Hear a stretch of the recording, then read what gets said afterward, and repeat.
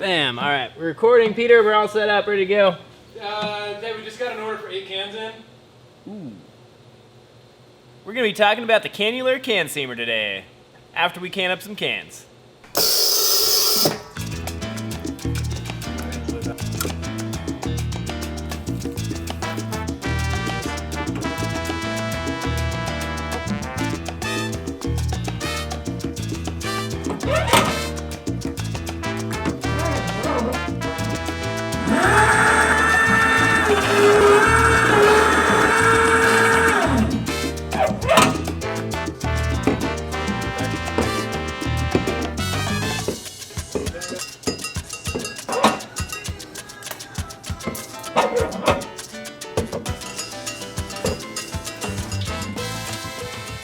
All right, where was she? About there?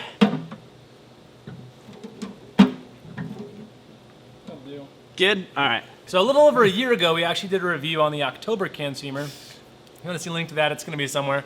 But a lot of people asked, because that was right around when this can seamer came out, the Cannular. So now that we've tried them both, we're going to do a full in-depth review of this can seamer and tell you how it compares to the Oktober one that we tried over a year ago. So first, here's some sexy B-roll.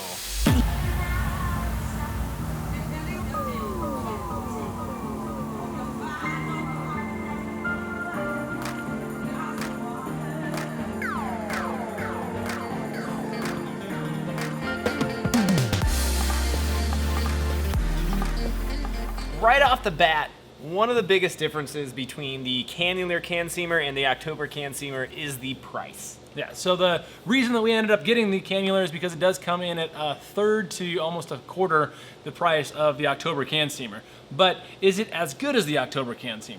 I think that is the biggest question, is that big price difference of, what, $1,000 somewhere in there? A little over a little over $1,000 between these two. Does that show in the overall quality of the product? And I think in some ways just a little bit, but really our experience with this, that we've put now, what, 1,000 cans give or take through this, it works and it gets the job done just as well as anything else. That said, we will say that this is notably not as good as the Oktober can seamer. If they were both the exact same price, we had to pick one over the other. The Oktober, especially for high volume bars or bars where you don't have a lot of direct access to your staff and training and stuff like that, the Oktober is the easier plug and play machine. However, after we got this one dialed in, which did take a little bit,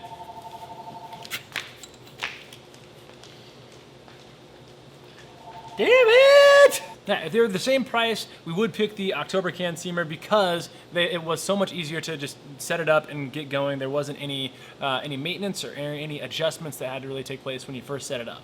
So that is a main difference. So this one has a single lever where the Oktober can seamer has a double lever system. And using that one, there's something about the overall feel of it that I feel like you can literally have any old person off the street walk in and seam a can without any issues, where this one actually takes a little bit of training, a little bit of, field development, I guess, to get it dialed in properly. We do have one employee who has probably ripped over, 20, 30 cans so far.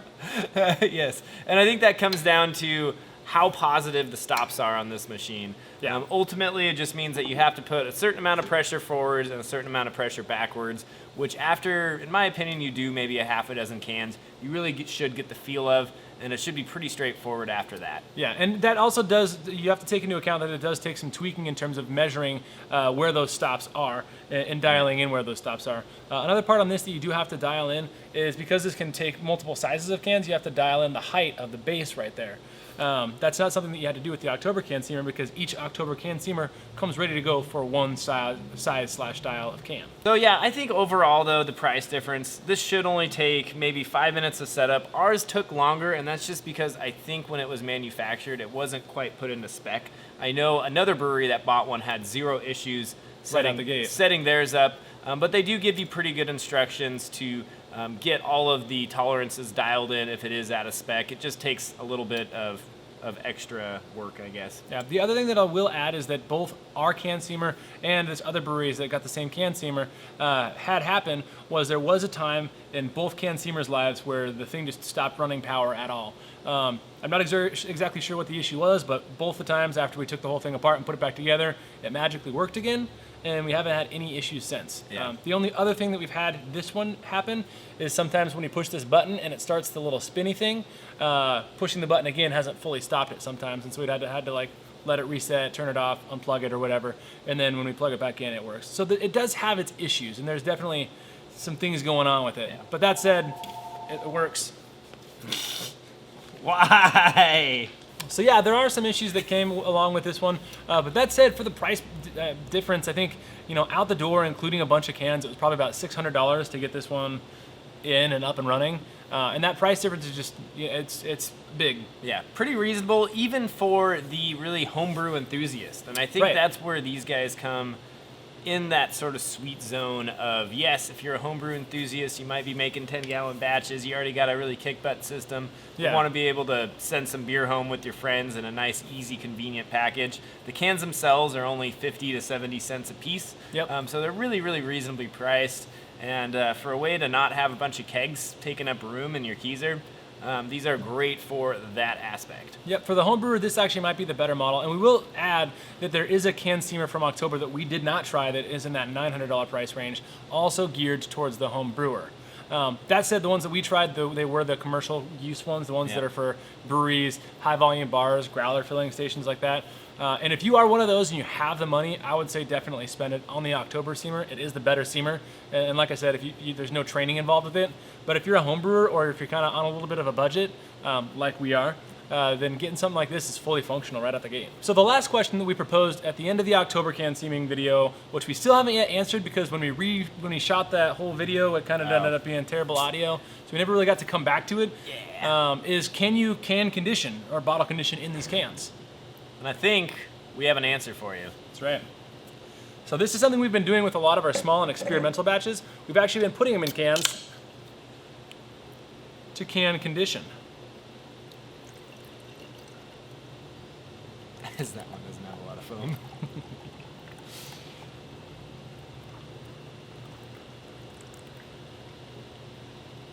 Hey, and what do you know? There's carbonation.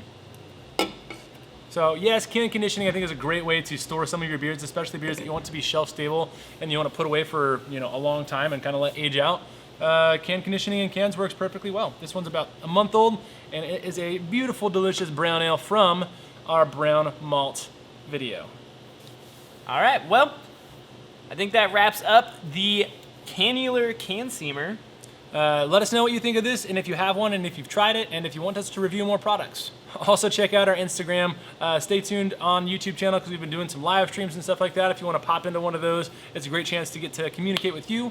Watch out for those. And yeah, send us virtual high fives and pray for us during this kind of interesting time we've got. Cheers. Cheers. Damn. Somebody else probably going to want cans now. It's a great Might beer. as well just set them up and just do them while we're doing the video. Yeah. What the world is saying. I know you're trying to shoot a can making video, but I'm gonna order a bunch of cans You done? of beer.